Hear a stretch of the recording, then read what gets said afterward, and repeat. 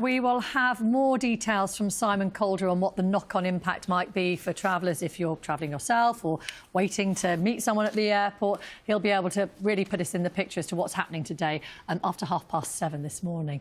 So plenty more to come on that. But also on this breaking news story overnight, more to come on the fallout from that incident at Heathrow throughout the programme this morning. But we've also had some breaking news overnight involving the death of one of the greatest, Barry Caffrey, there at Heathrow. Plenty more to come on that throughout the programme. We'll have Simon Calder to give advice to passengers a little bit later on. Right now, though, time to catch up with the rest of... Can you just give us some insight into what it is? Calder will be here to tell us how, if you're affected as a passenger, what you can do regards compensation and getting further flights. So that's to come a bit later. Meanwhile, overnight, the sportsman of his generation, Ben. Yeah, that's right, Rachel. Thanks very much. Story. Flights have resumed from Heathrow after the UK's busiest airport ground to a halt yesterday. Airport bosses have said they plan to be fully operational today, but British Airways has confirmed only 85% of its planned flights will run. So how did this happen?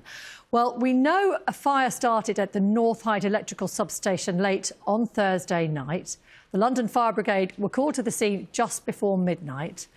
They then confirmed that by 6:30 yesterday morning, the fire was under control, but thousands of buildings remained without power.